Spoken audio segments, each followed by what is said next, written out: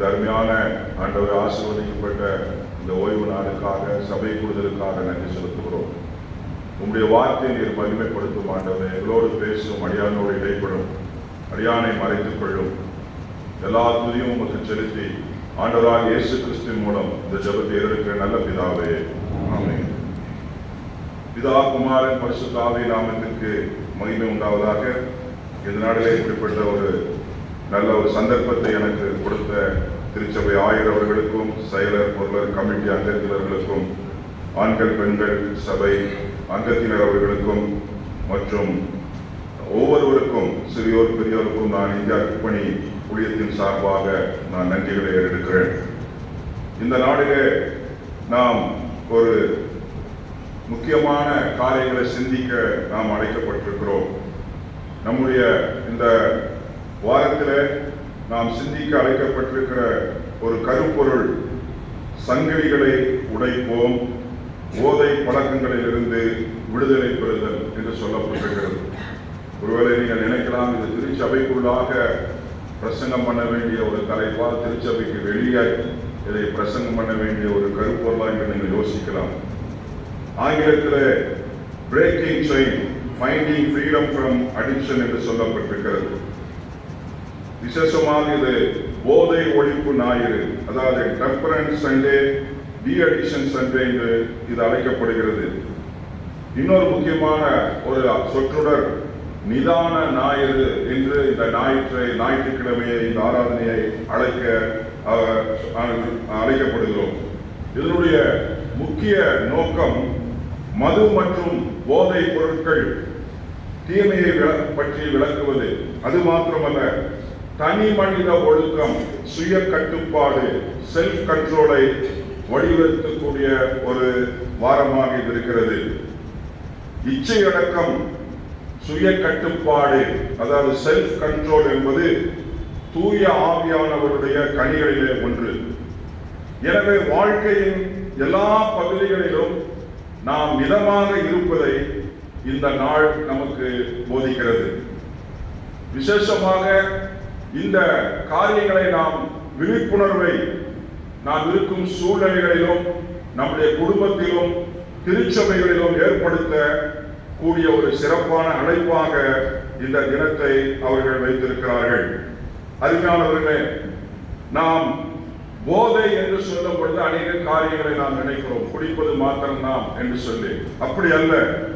இன்றைய மனிதன் வெளிப்படையான சிறைச்சாலையிலே அவன் இல்லை, ஆனால் உள்ளான அடிமைத்தனத்திலே அவன் என்ன பண்ணுகிறான்? ஒவ்வொரு நாளும் வாழ்கிறான். சில அடிமைத்தனம் கண்ணுக்கு தெரியாது, சில அடிமைத்தனம் சமூகத்தினாலே ஏற்றுக்கொள்ளப்படுகிறது, ஆனால் அது வாழ்க்கையை மெதுவாக அழிக்கிறது. சில சமுதாயத்தை நான் ஊழியம் செய்த மிஷனரி ஊழியத்தில் கர்நாடகாவிலே ஒரு குறிப்பிட்ட கம்யூனிட்டி, அந்த கம்யூனிட்டி பேரை நான் சொல்ல விரும்பவில்லை, ஏன்னா அவர்களை தரம் தாழ்த்துவதாக இருக்கும். அந்த கிராமத்தில் குடிப்பது என்பது ஒரு பாவ செயல் கிடையாது. ஆணும் குடிப்பார்கள், பெண்களும் குடிப்பார்கள். நீங்கள் போனால் உங்களுக்கு டீ கொடுக்குற மாதிரி, உங்களுக்கு என்ன பண்ணுவாங்க, தண்ணி கொடுக்குற மாதிரி. நீங்கள் குடிக்கலாம், குடிக்கிறதுனா குடிங்க, பாஸ்டர் மிஷனரி நீங்களும் குடிக்கிறது என்ன பண்ணலாம். It is a fellowship. இன்றைக்கும் இப்படிப்பட்ட ஒரு காரியங்கள் இருக்கிறது. ஆகினால அது இந்த சமுதாயத்தினாலே சில சமயத்தில் என்ன பண்ணக்கூடியது, ஏற்றுக்கொள்ளக்கூடியதாக இருக்கிறது. பார்ட்டிஸ், இன்றைக்கு இருக்கக்கூடிய பார்ட்டிஸ் எல்லாம் மல்டிநேஷனல் கம்பெனிஸ். நான் வேலை செய்யும்போது பர்சனல் ஆபீசராக இருந்தேன். அப்பொழுது அங்க இருக்கக்கூடிய எம்டி, மேனேஜிங் டைரக்டர், டீலர்ஸ் எல்லாம் வரும் பொழுது சின்ன சிப்பு குடிக்கணும்னு கம்பல் பண்ணுவாங்க. இப்படி சமுதாயத்தினால இன்றைக்கு இந்த காரியங்கள் ஏற்றுக்கொள்ளக்கூடியதாக இருக்கிறது. ஆனால் வாழ்க்கையை அது மெதுவாக என்ன பண்ணுகிறது, அழிக்கக்கூடியதாக இருக்கிறது. இன்னொரு முக்கியமான காரியம், இன்றைய டிஜிட்டல் தொழில்நுட்பம், மாஸ் மீடியாவாக இருக்கலாம், டிஜிட்டல் மீடியா, கேட்கெட்ஸ் என்று சொல்லப்படுகிறது, செல்போன், யூடியூப், ஃபேஸ்புக் அல்லவா, டிக்டாக், ரீல், போனோகிராஃபி அல்லவா. இதை நாம் வெளிப்படையாக நாம் சபையில் பேசுவதற்கு தயங்குகிறோம். போதையை விட இது கொடுமையான பாதிப்பை இன்றைக்கு இளைஞர் மத்தியிலும் மாத்திரமல்ல மத்திய வயசில் இருக்கிறவர்கள் மாத்திரமல்ல, வயதானுடைய வாழ்விலும் இந்த பாதிப்பை இன்றைக்கு ஏற்படுத்துகிறது. இது போதை என்று அனைவருக்கு என்மனதில்லை, தெரிவதில்லை. இன்றைக்கு இருக்கிற ஜெனரேஷன் என்று சொல்லுகிறார்களவா, அவர்களுக்கு போதை வடிவம் என்பது வேறு வகையில் இருக்கிறது. ஆனால் அவர்கள் சங்கிலிகளினாலே என்ன பண்ணப்பட்டிருக்கிறார்கள், கட்டப்பட்டிருக்கிறார்கள் என்பது அவர்கள் அறியாமல் இருக்கிறார்கள். அருமையானவர்களே, முதலாவதாக அடிமைத்தனத்தின் உண்மையான இயல்பை நாம் புரிந்து கொள்ள வேண்டும். The true nature of slavery என்று சொல்லப்படுகிறது. அடிமைத்தனம் என்பது ஒரு தீய பழக்கம் மட்டுமல்ல, அது தேவனை விட வேற ஒன்றை மையமாக வைத்து வாழும் வாழ்க்கை முறை என்று சொல்லப்படுகிறது. மனிதன் தன்னை எதற்காக தன்னை ஒப்புக் கொடுக்கிறானோ அதை போலவே அவன் என்ன பண்ணுகிறான், மாறிவிடுகிறான். ரோமர் 6ஆம் அதிகாரத்தில் நீங்கள் வாசிப்பீர்கள் என்றால், உங்களை முற்காலத்தில் உங்களுடைய சரீரத்தை பாவம் ஆளுகை செய்யும்படியாக நீங்கள் என்ன பண்ணுவீர்கள், ஒப்புக் கொடுத்தீர்கள். ஆனால் இப்பொழுதோ கர்த்தராகிய இயேசு கிறிஸ்துவினாலே உங்களுக்கு பாவத்திலிருந்து விடுதலை, அவற்றின் மூலம் உங்களுக்கு நித்திய ஜீவன் என்று சொல்லுகிறதை நாம் பார்க்கிறோம். கொரிந்தியரிலே 6ஆம் அதிகாரம் 1-12 வசனத்தில் நாம் வாசிக்கிறோம். அங்கு பவுல் சொல்லுகிறார், எல்லாவற்றையும் அனுபவிக்க எனக்கு என்ன உண்டு, அதிகாரம் உண்டு, சுதந்திரம் உண்டு. நீங்களும் நானும் எதை வேண்டாலும் அனுபவிக்கலாம், அது தவறு கிடையாது. ஆனால் எல்லாம் தகுதியாக எனக்கு இருக்காது, எல்லாம் எனக்கு அது ஒரு தகுதியாக இருக்காது. என்றால் என்ன, எல்லாம் தேவனுக்கு மகிமையை கொண்டு வரக்கூடியதாக இருக்காது. இன்று பலர் தேவனை நம்புகிறார்கள், ஆனால் தேவனை மையமாக வைத்து வாழ்வதற்கு அவர்கள் என்ன பண்ணுகிறார்கள், தவறி விடுகிறார்கள். இதுவே அடிமைத்தனத்தினுடைய ஆரம்பம். தேவனை மையமாக நாம் எங்கு வைக்காமல் வாழ்கிறோமோ, நாம் அடிமைத்தனத்திற்குள்ளாக, ஒரு சங்கடிக்குள்ளாக கட்டப்படுவதற்கு சாத்தியக்கூறுகள் இருக்கிறது. அருமையானவர்களே, நீங்கள் இங்கு ஒரு நல்ல திருச்சபை, அநேகர் மருத்துவ கல்லூரியில வேலை செய்கிறீர்கள், மருத்துவமனையில வேலை செய்கிறீர்கள், மெடிக்கல் ப்ரொஃபஷனல்ஸ் இருக்கிறீர்கள். டோபாமைன் என்கிற அந்த ஒரு காரியம் உங்களுக்கு தெரியும். தெரிந்தால் சில காரியங்கள் சொல்ல ஆசைப்படுகிறேன் அல்லவா. இந்த டோபாமைன் ஹார்மோன் ரத்தத்தில் கலந்து உடலில் மற்ற உறுப்புகளுக்கு என்ன பண்ணுகிறது, செய்திகளை என்ன பண்ணுகிறது, அனுப்பக்கூடிய ஒரு ஹார்மோனாக அது செயல்படுகிறது. சிறுநீரகங்களை கட்டுப்படுத்துகிறது, பிளட் பிரஷரை அது கட்டுப்படுத்தக்கூடிய ஒரு ஹார்மோனாக இருக்கிறது. இன்னொரு காரியம் அது செய்கிறது, நியூரோ டிரான்ஸ்மிட்டர் என்று சொல்லப்படுகிறது. அதாவது மூளையில் உள்ள நரம்பு செல்களுக்கு இடையே தகவல்களை என்ன பண்ணுகிறது, இது பரிமாறிக்கொள்ளும் உதவும் ஒரு வேதிப்பொருளாக இது செயல்படுகிறது டோபமைன். அருமையானவர்களே, இதை குறித்து சொல்லும் பொழுது மெடிக்கல் டேர்ம்ல என்ன சொல்றாங்க, வெற்றியின் ஹார்மோன், சந்தோஷத்தின் ஹார்மோன் என்று என்ன பண்ணப்படுகிறது, அழைக்கப்படுகிறது. சந்தோஷத்திற்காக தான் மனிதன் எல்லா காரியத்தையும் செய்கிறான். ஆனால் ஆண்டவர் நமக்கு இயற்கையாகவே ஒரு சிறிய போதையை என்ன பண்ணிருக்கிறார், வைத்திருக்கிறார், நல்ல போதை. ஆகையால இங்கு சொல்லப்பட்டிருக்கிறது ஒரு கெமிக்கல் மெசஞ்சர் என்று சொல்லப்பட்டிருக்கிறது. மனநிலையை மகிழ்ச்சியாக அந்த ஹார்மோன் என்ன பண்ணுகிறது, நமக்கு வைக்கிறது. மூட் என்று சொல்றாங்கல்ல, மூட், என்னப்பா நல்ல மூட்ல இருக்கிறீங்களா அப்படி. காரணம் அந்த ஹார்மோன் அல்லவா. உடலை சமநிலைப்படுத்தும் இந்த காரியத்தை இந்த டோபமைன் செய்கிறது. அருமையானவர்களே, அது மாத்திரமல்ல, நாம் சில அச்சீவ்மெண்ட் பண்ணும் பொழுது, இல்ல சில காரியங்களை வெற்றி பண்ணும் பொழுது, நம்முடைய கோல்களை நாம் அடையும் பொழுது, இது நம்முடைய மூளையிலே இந்த ஹார்மோன் என்ன பண்ணுகிறது, இந்த டோபமைன் சுரக்கிறது என்று சொல்லப்பட்டிருக்கிறது. அருமையானவர்களே, நாம் பிடித்த உணவை உண்ணும் பொழுது, இல்ல சில வேலைகளை முடிக்கும் பொழுது அல்லவா, நமக்கு ஒரு திருப்தி, ஒரு சாட்டிஸ்பேக்ஷன் அல்லவா, அந்த உணர்வு நமக்கு வருகிறது அல்லவா, புல்லரிக்கிற உணர்வு நமக்கு வருகிறது அல்லவா. அது இந்த டோபமைனுடைய முக்கியமான ஒரு ஆக்டிவிட்டிஸ் என்று சொல்லப்படுகிறது. அருமையானவர்களே, சில வேளையில இந்த டோபமைன் சரியா இருக்குமானால் நம்முடைய கவன சிதறல் இருக்காது. நம்முடைய கவனம் சிதறலுக்கு இதுவும் ஒரு காரணம் என்று சொல்லப்படுகிறது. ஒரு விஷயத்தில் மகிழ்ச்சி கிடைத்தால் அதை மீண்டும் மீண்டும் செய்யக்கூடியதற்கு இந்த டோபமைன் என்ன பண்ணுகிறது, நமக்கு உதவி செய்கிறது. இது ஒரு நல்ல டோபமைன். ஆனால் இதில் குறைவு ஏற்பட்டால், இந்த டோபமைனை கெடுத்து விட்டால், நம்முடைய வாழ்க்கையிலே அநேக விதமான பிரச்சனைகளை நாம் சந்திக்க வேண்டியது இருக்கும். நம்முடைய உடல்கள் அநேக விதமான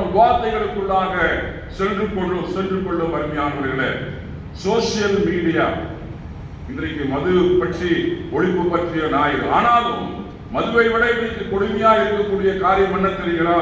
சோசியல் மீடியா, செல்போன் மற்றும் போதை பொருட்களினாலே கிடைக்கும் இன்ஸ்டன்ட் டோபமைன் என்கிற அந்த இன்ஸ்டன்ட் டோபமைன், உடனே நம்மளுக்கு மகிழ்ச்சி கிடைக்கக்கூடிய ஒரு போதை கிடைக்கக்கூடிய இன்ஸ்டன்ட் மகிழ்ச்சிக்காக என்ன செய்ய வேண்டுமோ அதை செய்ய இந்த இன்ஸ்டன்ட் டோபமைன் என்ன பண்ணுகிறது?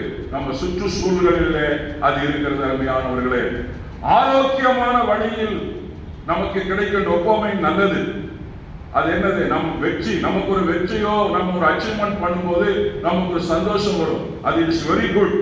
அது மாத்திரமல்ல, நாம் நல்லா தூங்கும் பொழுது, நன்றாக உடற்பயிற்சி செய்யும் பொழுது, இதன் மூலம் இந்த டோபமைன் நமக்குள்ளாக என்ன பண்ணுகிறது? நல்ல நிலைமையில் அது இயங்குகிறது. நான் எதற்காக சொல்லுகிறேன் என்றால், ஒரு வருத்தப்படக்கூடிய சம்பவம் நான் சந்தித்தேன். இரண்டு குடும்பங்களை நான் சந்தித்தேன். ஒரு குடும்பம் சிறிய ஒரு குழந்தை ப்ரீ கேஜி போகிறான். அந்த ப்ரீ கேஜி போகிற அந்த குழந்தை ஒரு ஆச்சரியமான காரியம் என்னவென்றால், அந்த பையன் செல்போனுக்கு என்ன பண்ணிருக்கிறான்? அடிக்ட் ஆயிருக்கிறான். அந்த பெற்றோர்களுக்கு அது தெரியவில்லை. 2 பேரும் அப்ராட்ல வேலை செய்கிறவர்கள், 2 பேருக்கும் நல்ல சம்பளம். அந்த குழந்தையை பார்த்துக் கொள்வதற்கு ஒரு வேலைக்காரி ஏதோ வைக்கிறாங்க. வேலைக்காரன் அப்படி நம்மளே டெடிகேட்டா இருக்கிறது. வேலைக்காரங்க எத்தனை பேர் டெடிகேட்டா இருப்பாங்க. அது குழந்தையை பார்க்கக்கூடிய பிள்ளைகளை ஒரு சின்ன பிள்ளைய வச்சாங்கன்னா அந்த பிள்ளைய சின்ன பிள்ளை, அந்த பிள்ளை எப்படி இந்த குழந்தையை பார்த்துக் கொள்ளும்? இந்த பிள்ளை என்ன பண்ணுது? செல்போனை கொடுத்து அந்த சின்ன வயதிலிருந்து அந்த பிள்ளை என்ன பண்ணிவிட்டது?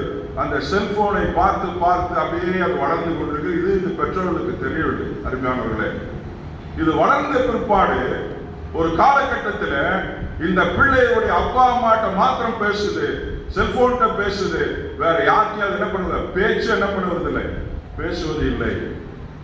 ஏபிசிடி சொல்லி கொடுத்தா ஜட்ல இருந்து ஏ வரைக்கும் சொல்லுதான். 10ல இருந்து 1 10 சொன்னா 10ல இருந்து ரிட்டர்ன் சொல்லுதான். இப்படிப்பட்ட ஒரு காரியம் சம்பவிக்கும் பொழுதுதான் அவர்கள் இதை கண்டுபிடித்தார்கள். தமிழ்நாட்டுக்கு வந்தார்கள். வந்து கடைசியில அவர்கள்ட்ட ஜெபம் பண்ண சொன்னாங்க. நான் சில காரியங்களை படித்ததினால அல்லவா, கேட்கெட்ஸ் அடிக்ஷன் இது ரொம்ப முக்கியம். சபைகளில, சண்டே கிளாஸ்ல, யூத் உங்களுடைய மீட்டிங்ல இதை நீங்கள் என்ன பண்ண வேண்டும்? ஒரு பாடமா எடுத்து நம்முடைய பிள்ளைகளுக்கு போதிக்க வேண்டும். இது ஒரு மது பானத்தை விட கொடுமையான ஒரு காரியமாக இருக்கிறது. என்ன ஆகிவிட்டது? கடைசியில அவர்கள் சிஎம்சிக்கு அவர்கள் அழைத்து செல்லும்போது அவர்கள் அதை கண்டுபிடித்தாங்க. அந்த பேரண்ட்ஸுக்கு அது தெரியல. பாருங்க, இன்றைக்கு அடிக்ஷன் எங்க இருக்குது? ஏதோ பெரிய இடத்துல அல்ல, சிறு பிள்ளைகளுடைய அந்த சிற்றார்கள் அந்த வளர்க்கக்கூடிய இடத்திலேயே அந்த போதை என்ன பண்ணப்படுகிறது? இன்றைக்கு ஊற்றப்படுகிறது. அல்லவா, இதை நாம் சிந்திக்க வேண்டும். அருமையானவர்கள், இன்னொரு காரியம், இன்னொரு இன்சிடென்ட். ஒரு தம்பி பிஎஸ்சி படிக்கிறான், ஃபர்ஸ்ட் இயர் முடிக்கிறான். இஸ் நர்சிங், எம்ஜிஆர் காலேஜ்ல மெட்ராஸ்ல. அந்த பையன் வீட்டுக்கு வரான். ஃபர்ஸ்ட் இயர் செமஸ்டர் முடிச்சுட்டு வீட்டுக்கு வரான். அப்போ அந்த வீட்டுல அவங்க அம்மா அழுகுறாங்க. ஒரு நாள், ஏன் சிஸ்டர் அழுகுறீங்கன்னா, ஐயா ரொம்ப வேதனை, சொல்ல முடியாத வேதனை.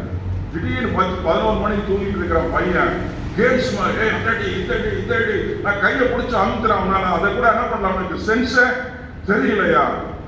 ஒரு நாள் அந்த யூனிவர்சிட்டியில எங்களுக்கு லெட்டர் வருகிறது. பையன் இந்த செமஸ்டர் நிறைய பேப்பர் என்ன பண்ணிட்டான், பெண்டிங் வச்சுட்டான். நல்லா படிக்கிற பையன். அந்த அம்மாவும் அந்த அப்பாவும் அழுகிறாங்க. அருமையானவர்களே, அருமையான வாலிப தம்பி, வாலிப தங்கச்சி, பெரியவர்களே, நாம் எப்படிப்பட்ட நிலைமையில இன்றைக்கு நாம் வாழ்கிறோம். ஒருவேளை குடித்து ஆர்ப்பரிப்பது வெளியே தெரியும். இது அதைவிட மிக மோசமான ஒரு காரியமாக இன்றைக்கு இருக்கிறது. இதைத்தான் தாவீது அந்த நாளில் அருமையாக இதை சொல்லுகிறான். அதன் சொல்லுகிற ஒரு காரியம், 1வது சங்கீதத்தை நாம் வாசித்தோம்.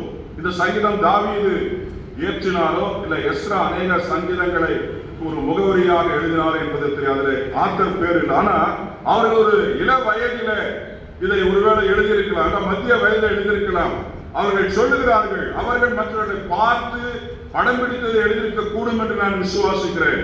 துன்மார்க்கருடைய ஆலோசனை என்ன பண்ணக்கூடாது, நடவாமலும் பாவிகளுடைய வழியில நீ என்ன பண்ண வேண்டாம், நிற்காமலும் பரியாசக்காரர் உட்காரும் இடத்துல என்ன பண்ண வேண்டாம், உட்காரம். இதுல முக்கியமான பதம் இருக்கிறது. அருமையானவர்களே, நடப்பது அடுத்தது என்ன சொல்லப்பட்டிருக்கிறது? நிற்பது. அடுத்தது சொல்லப்பட்டிருக்கிறது உட்காருவது. அல்லவா? It's a decision making. எங்க பாப்பா படிக்கும் போது பாப்பா கூட படிச்ச ஒரு பொண்ணு MBA டெசிஷன் மேக்கிங் சொல்லிட்டு யூஎஸ்எல் அதுக்கு சீட் கிடைச்சது. இங்கிருந்து அனுப்பிச்சுட்டாங்க கிரைஸ்ட் யூனிவர்சிட்டியில இருந்து. நான் அந்த பொண்ணுகிட்ட கேட்டேன், என்னம்மா MBA என்ன போய் அங்கே படிக்கிறேன்? அங்கே நான் டெசிஷன் மேக்கிங் படிக்கிறேன் அங்கே. இப்போ நல்ல வேலை இருக்கு பாருங்க. நம்மளுடைய தீர்மானம் நம்முடைய வாழ்க்கை என்ன பண்ணும்? ஒன்று அழித்து விடும், இல்ல உயர்ந்த நிலைக்கு என்ன பண்ணும்? அது கொண்டு செல்லும். நீங்க சொல்லக்கூடிய காரியம் நடப்பது என்பது ஒரு சோதனை, ஒரு டெம்டேஷன். நடப்பது என்பது நாம் எங்க நடந்து கொண்டிருக்கிறோம் என்பது நம்மை நாம் ஆராய்ந்து பார்க்க வேண்டும். நிற்பது என்பது பழக்கம் என்று சொல்லப்படுகிறது. நீங்க நடந்து கொண்டே ஒரு பழக்கம் ஏற்படுத்த அப்படியே இருப்பீர்களா? அது பழக்கம் ஆகிவிடும், ஹேபிச்சுவல் ஆக்ஷன் ஆகிவிடும் அல்லவா? அதை பற்றி உங்களுக்கு உணர்வே இல்லாமல் போய்விடும்.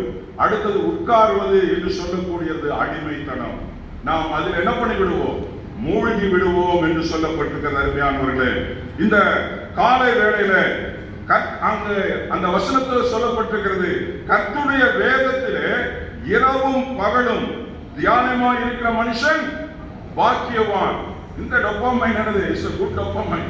நீங்க வேதத்தை சரியாக தியானிக்கும் பொழுது, வாசிக்கும் பொழுது, நீங்கள் சரியாக அதுக்கு ஏதோ நான் 10 சாப்டர் வாசித்தேன் இல்ல நீங்க இந்த வருஷத்துல 2 டைம் முடிச்சிட்ட 3 டைம் இல்ல. we have to enjoy with God's word. ஆண்டவரோடு நீங்கள் ஒரு பெரிய பிரசங்கத்தை கேட்பதை விட யூடியூப்ல நிறைய பிரசங்கத்தை கேட்கிறோம் அல்லவா? அளவுக்கு மீறி பிரசங்கத்தை கேட்கிறோம். அதல்ல அருமையானது, அது ஒரு அடிக்ஷன், ஸ்பிரிச்சுவல் அடிக்ஷன். சில பேருக்கு கூட்டமா இருந்தாலும் ஆராதிக்க வரும். இது நீங்க நல்லா புரிஞ்சுக்கணும். சில சமயத்துல நல்ல மியூசிக் போட்டதா அவங்க ஆண்டவர் என்ன பண்ணுவாங்க? ஆராதிப்பாங்க. It is also addiction. பரிசுத்த ஆவியானவர் அந்த காலத்துல மியூசிக் எல்லாம் கிடையாது. அது மியூசிக் எதிரானவும் கிடையாது. நாம இதை சரி நிலைமையில நாம் செய்யாத பட்சத்துல நாம் இப்படிப்பட்டதான தவறான போதைகளுக்குள்ளாக நாம் அடைந்து விடுவோம். சில ரொம்ப கூட்டம் இருக்கிற சபைக்கு தான் போவார். ஒரு கேட்டேன், அங்க கூட ரொம்ப கூட்டம், அதனால அந்த சபைக்கு என்ன பண்ணுகிறேன்? ஒரு பி கேர்ஃபுல். நம்முடைய ஆட்டிடியூட் எந்த நிலைமையில் இருக்குது? இங்கு சொல்லக்கூடிய காரியம் என்னவென்றால், இங்கு இரவும் பகலும் அது தியானமா இருக்கிற மனுஷன் பாக்கியமான். நம்முடைய ஹெல்த் ஆண்டவர் எப்படி படைத்திருக்கிறார் பாருங்க. அவருடைய வார்த்தையில ஜீவன் இருக்கிறது, பலன் இருக்கிறது, விடுதலை இருக்கிறது, ஆரோக்கியம் இருக்கிறது என்று சொல்லப்பட்டிருக்கிறது. அருமையானவர்களே, இந்த ஜென்ஸ் கிட்ஸ் என்று சொல்லப்படுகிறார்கள் இப்பல்லவா? இப்ப இருக்கிற இந்த கிட்ஸ் போய் நீங்க என்ன பண்ண முடியாது? எதையும் புத்தியெல்லாம் சொல்ல முடியாது. இப்ப இருக்கிற கிட்ஸ் போய் புத்தி சொல்லி பாருங்க.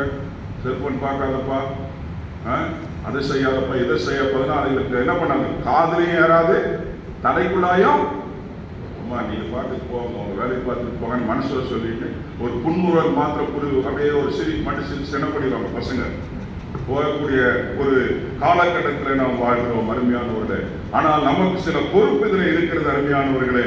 இங்கு தவறான சந்தோஷம் என்பது ஒரு போதையினுடைய முதற் படிக்கட்டாக இருக்கிறது. நாம் எதற்காக அடிமைப்பட்டவர்களாக நாம் மாறிவிடுகிறோம் என்பதை நாம் யோசித்து பார்க்க வேண்டும். அதுதான் இங்கு தாவீது இங்கு சொல்லுகிறதை நாம் பார்க்கிறோம். இங்கு அது மாத்திரமல்ல, நாம் எந்த திசையில நடக்கிறோம், உட்காருகிறோம், நாம் அதுல பழக்கப்படுத்துகிறோம் என்பது அல்ல, நாம் எப்படிப்பட்ட தீர்மானத்தை எடுக்கிறோம் என்பது மிகவும் முக்கியம். யார் பேச்சை கேட்கிறோம், எதை சிந்திக்கிறோம், நம் வாழ்வினுடைய வெற்றியை, விடுதலையை இது என்ன பண்ணுகிறது? தீர்மானிக்கிறதாக இருக்கிறது. அருமையானவர்கள், இதனுடைய அர்த்தம் என்னவென்றால், வெளியே தேடும் தேடல் அடிமைத்தனம் என்று சொல்லப்படுகிறது.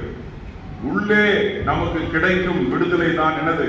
அந்த அமைதி தான் விடுதலை என்று சொல்லப்படுகிறது.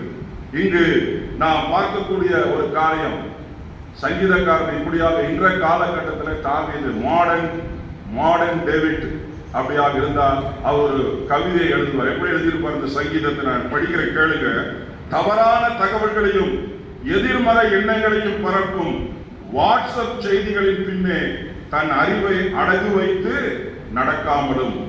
அடுத்தது சொல்லப்பட்டிருக்கிறது, நேரத்தை விழுங்கும் தேவையற்ற வீடியோக்களினாலும் ஆபாச வன்முறைகளை நிறைந்த இணையதள வழித்தடங்களில தடம் படித்து நில்லாமலும், மற்றவர்களை கேலி செய்தும் தற்பெருமை பேசியும் முகநூல், பேஸ்புக் பதிவுகளிலே காலத்தை வீணாக்கும் வெற்று மனிதரோடு ஒன்றி போய் உட்காராமலும் தன் கையில் இருக்கும் அலைபேசியில் அறிவை பெருக்கவும் அன்பை பகரவும் பயன்படுத்தி நல்ல சிந்தனைகளை தன் மனதில் இரவும் பகலும் தியானிக்கிறவன்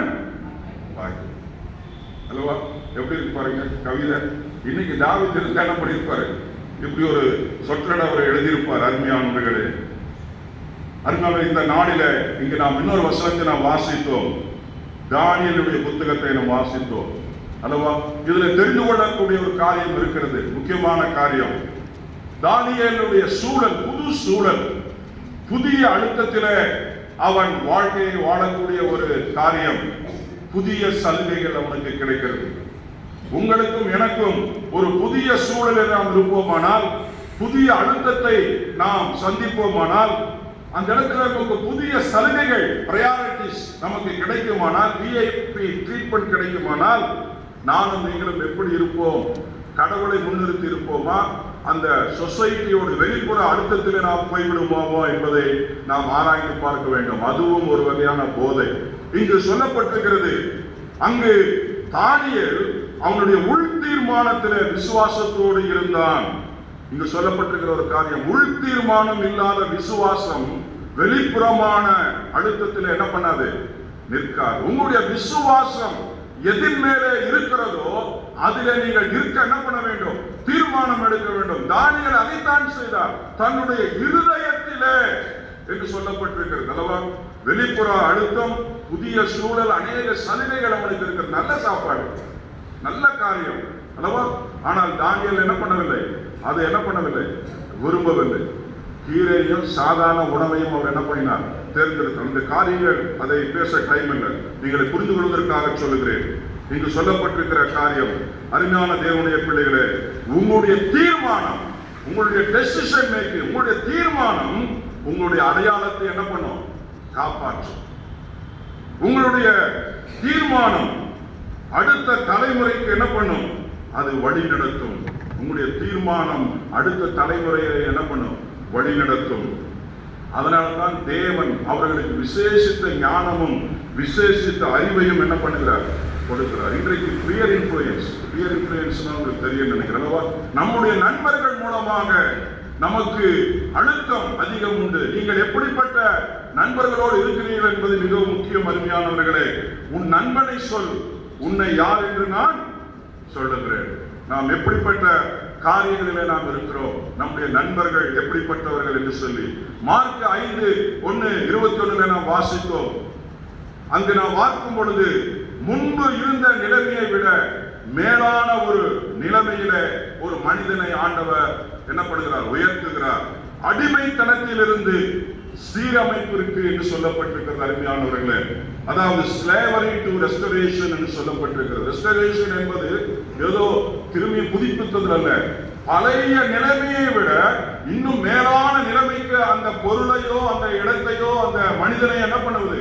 உருமாற்றம் அடைய செய்வது. பழைய நிலைமையை விட இன்னும் அதிகமாக நல்ல நிலைமைக்கு கொண்டு வருவது.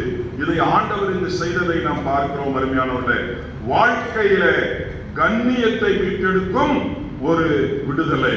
ஆண்டவராக இயேசு கிறிஸ்து ஏதோ பாவத்திலிருந்து, மது பழக்கத்திலிருந்து, ஏதோ போதையிலிருந்து விடுதலை கொடுக்கிறவர் அல்ல.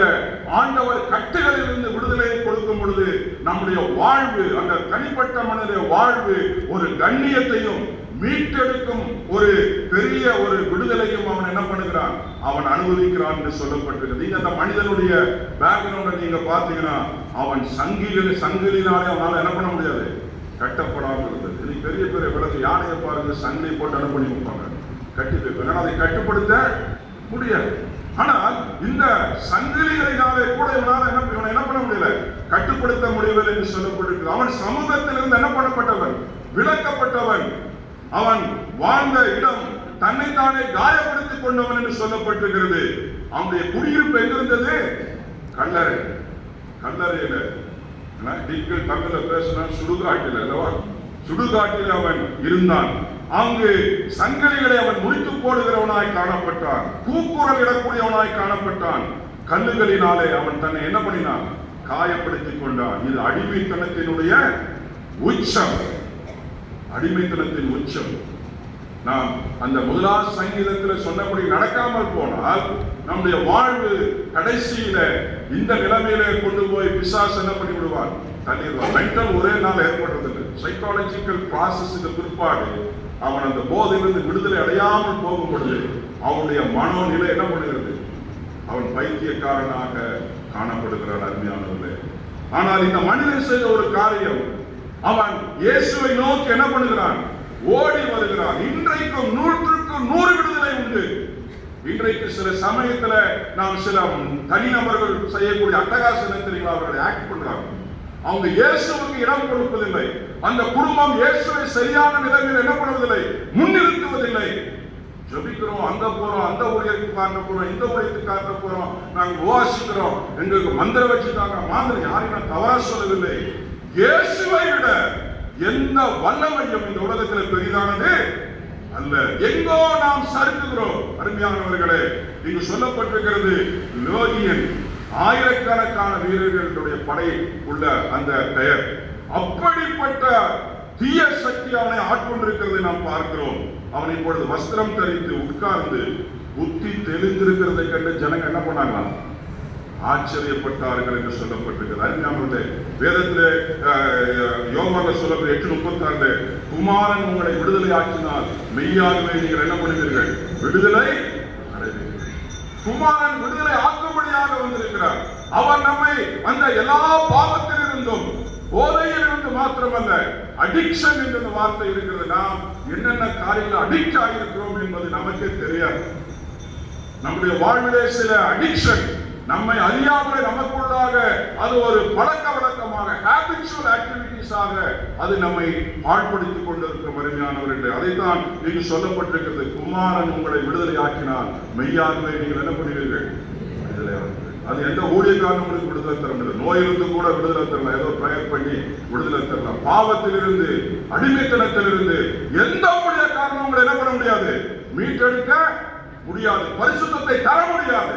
இயேசு கிறிஸ்து, குமாரனாகிய இயேசு கிறிஸ்து மாத்திரமே அவரே நமக்கு விடுதலை தரக்கூடியவர். நாம் எந்த பழக்கத்தில் இன்றைக்கு கட்டப்பட்டிருக்கிறோம், அவர்களை இயேசுவுக்கு நேராக நாம் வழிநடத்த என்ன பண்ண வேண்டும், அழைக்கப்பட வேண்டும். ஊழியக்காரனுக்கு நேராக அல்ல, தேவனுடைய சத்தியத்திற்கு நேராக. சத்தியத்தை அறிவீர்கள், சத்தியம் உங்களை விடுதலை ஆக்கும் என்று சொல்லப்பட்டிருக்கிறது. நான் ஊழியர் செய்த இடத்துல ஒரு ஊர், அந்த சீபார் ஒரு கிராமம், நான் சொன்ன அந்த கம்யூனிட்டி, அந்த கம்யூனிட்டில எப்போதும் எல்லாரும் குடிப்பாங்க. ஒன்னாவது அது மேரேஜ் வந்துச்சுன்னா, மேரேஜ்ல எல்லாருக்கும் என்னது விசேஷித்த பானங்கள் கிடைக்கும். பாஸ்டர் இருந்தாலும் சரி, நோ ப்ராப்ளம், குடிக்கிற பாஸ்டர் இருந்தால் கதையை குடிச்சுக்கலாம். மிஷினரி கல்ச்சர் அடாப்ட் பண்றேன்னு சொல்லி குடிக்கிறதுனால அது என்ன இல்லை சொல்லியிருந்தான். மிஷின் ஆர்கனைசேஷன்ல குடிச்சிடறேங்க அப்படின்னு ஒரு தப்பு நடந்துருச்சு. அது அந்த ஒரு ஸ்டேட்ல இருந்து ஒரு தம்பி வந்திருந்தார். அவங்க ஸ்டேட் அந்த கிறிஸ்டியன் கம்யூனிட்டில குடிக்கிறது, தம் அடிக்கிறதெல்லாம் அவங்களுக்கு என்ன இல்லை, தப்பே கிடையாது. நான் ஒரு நாள் வாட்ச் பண்ணி குடிச்சு, என்னையா அந்த ஜனங்களோட போய் நீ என்ன பண்ணிட்டு இருக்கிற, அவர் ட்ரைனிங்காக வந்தார். ஐஎம் காலேஜ் குடிக்கிறாங்க. அந்த தம்பி வேற ஒரு ஆர்கனைசேஷன்ல இருந்து ஒரு இந்தியாவில் ஒரு குறிப்பிட்ட பகுதியில், அந்த பகுதியை சொல்ல விரும்பினாலும் எல்லாரும் என்ன தப்பா எடுத்துருக்கு. அவர் அந்த ட்ரைனிங்காக அந்த ஆர்கனைசேஷன் எங்க இடத்துல அனுப்பியிருந்தது. அவரை எனக்கு கீழே போட்டிருந்தாங்க. நான் அவருக்கு ரிப்போர்ட் கொடுக்குறேன். நம்ம ஆளுங்க சார் நல்லா குடிக்கிறார் சார், அவரு ஆனால் ஸ்டெடியா இருக்கிறாரு, நீங்க தான் என்ன பண்றது இல்லை, குடிக்கிறது. லோக்கல் மக்கள் அவன் அப்படி என்ன பண்றாங்க, அவனை ஏற்றுக்கிட்டாங்க. எதுக்கு சொல்ல வருகிறேன் என்றால், நான் சொல்லக்கூடிய காரியம் நாம் எச்சரிக்கையாக இருக்க வேண்டும். அருமையானவர்களே, ரொம்ப எச்சரிக்கையா இருக்க வேண்டும். நாம் செய்ய வேண்டிய ஒரு காரியம், நாம் செய்ய வேண்டிய காரியம், நம்முடைய அடிமைத்தனத்தை என்ன பண்ண வேண்டும், ஒப்புக்கொள்ள வேண்டும். நான் எந்த அடிமைத்தனத்தில் இன்றைக்கு கட்டப்பட்டிருக்கிறேன் நமக்கு தெரியாது, பரிசுத்த ஆவியானவருக்கு தெரியும், மனைவிக்கு தெரியாது, பிள்ளைக்கு தெரியாது அல்லவா. நாம் எந்த அடிமைத்தனத்தில் கட்டப்பட்டிருக்கிறோம் அல்லவா. 32:5 சொல்லப்பட்டிருக்கிற சங்கீதத்திலே, நான் என் அக்கிரமத்தை மறைக்காமல் என் பாவத்தை என்ன பண்ணுவேன், உமக்கு அறிவித்தேன், என் மீறுதல்களை கர்த்தருக்கு நான் என்ன பண்ணுகிறேன், அறிக்கை இடுகிறேன் என்றேன். தேவரின் பாவத்தின் தோஷத்தை என்ன பண்ணினேன், மன்னித்தேன். அது மாத்திரமல்ல, சோதனை தூண்டும் காரியங்களை தவிர்த்து நாம் என்ன பண்ண வேண்டும், விலகி ஓட வேண்டும் என்று நாம் 2 தீமோத்தேயு 2 சொல்லப்பட்டிருக்கிறது. பாலிய இச்சைகளுக்கு விலகி என்ன பண்ணு, தீமோத்தேயு என்ன பண்ணு, ஓடு என்று சொல்லப்பட்டிருக்கிறது. அருமையானவர்களே, ஒவ்வொரு நாளும் நாம் பரிசுத்த ஆவியினாய் சார்ந்து நாம் வாழ வேண்டும். பரிசுத்த ஆவியினாலே நிறைந்திருக்க வேண்டும். பரிசுத்த ஆவியினால் நிறைந்திருப்பது என்பது ஏதோ குதிக்கிறது ஆடுறது இல்லைங்க. இன்னைக்கு போக்கஸ் அப்படிதான் போயிடுச்சு. பாட்டு பாடி குதிச்ச பரிசுத்த ஆவியின் இல்ல. ஒவ்வொரு நாளும் you have to sit very silently. தேவ பிரசன்னம், தேவ வல்லமை உங்களுடைய சரீரத்தில் அது ஊடுருவி பாய்வதை உங்களால உணர முடியும் அல்லவா? பிரசன்னம், தேவ பிரசன்னம். பாடலுக்குள்ளவ தேவ பிரசன்னம். தேவ பிரசன்னம் நம்மை ஆளுகை செய்ய நாம் என்ன பண்ண வேண்டும்? ஒவ்வொரு நாளும் இடம் கொடுக்க வேண்டும் அருமையானவர்களே. அது மாத்திரமல்ல, பிலிப்பியர் 4:8 யாரும் ஒருத்தர் அந்த வசனத்தை வாசிங்க. 7:8 ஒருத்தர் வாசிங்க. பிலிப்பியர் 7:8 சீக்கிரம் வாசிங்க. பிலிப்பியர் 4ஆம் அதிகாரம் வாசிங்க. அப்பொழுது எல்லா புத்திக்கும் மேலான தேவ சமாதானம் உங்களுடைய இருதயத்தை என்ன பண்ணும்? எல்லாவற்றையும் என்ன பண்ணுங்க? 8வது வசனத்தை வாசிங்க. கடைசியாக சகோதரரே, நல்லா புரிஞ்சுக்குங்க, உண்மை உள்ளவைகள் அவைகளோ, ஒழுக்கம் உள்ளவைகள் அவைகளோ, நீதி உள்ளவைகள் அவைகளோ, கற்புள்ளவைகள் அவைகளோ, அன்புள்ளவைகள் அவைகளோ, நற்கீர்த்தி உள்ளவைகள் அவைகளோ, புண்ணியம் எதுவோ, புகழ் எதுவோ, இவைகளை என்ன பண்ணுங்க? நம்முடைய சிந்தை மண்டலம் அல்லவா? நாம் சிந்திக்கிற அந்த சிந்தை இதை காத்துக் கொள்ளக்கூடியதாக இருக்க வேண்டும். பவுல் அருமையாக எழுதுகிறார், உங்களுடைய சிந்தையை கிறிஸ்துவுக்குள்ளாக நீங்க என்ன பண்ணணும்? காத்துக் கொள்ள வேண்டும். என்னுடைய மனதை நான் சிறைபிடிக்கிறேன் என்று சொல்லப்பட்டிருக்கிறதை நாம் பார்க்கிறோம். உங்களுடைய சிந்தையை கிறிஸ்துவுக்குள்ளாக நாம் காத்துக்கொள்ளக்கூடியவர்களாக நாம் காணப்பட வேண்டும். அதனால ஒரு பாடல், பழைய பாடல் இருக்கிறதுவா, பரிசுத்த கூட்டம் நடுவில் ஜொலித்திடும் சுத்த ஜோதி ஆரூபிய இவ்வேளையில் அடியார் நெஞ்சம் வாரியோ, சுத்தம் விரும்பும் சுத்த ஜோதியை விரும்ப அசுத்தம் யாவும் போக்கும். எவ்வளவு அசுத்தம் இருக்கிறது போக்குமே. பாவி நீச பாவி நாளையா தேவம் இரக்கம் செய்ய மாட்டீரோ. பாரும் தந்தையே, என் உள்ளத்தை யாரும் காணா உள்ள அலங்கோலத்தை மனம் வந்து உணர்ந்துகிறேன்.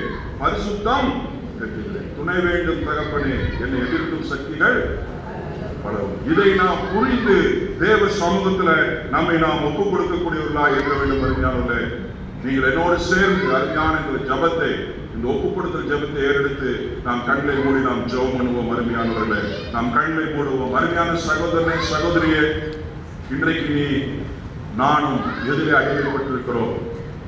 போதை என்பது மது மாத்திரம் அல்ல.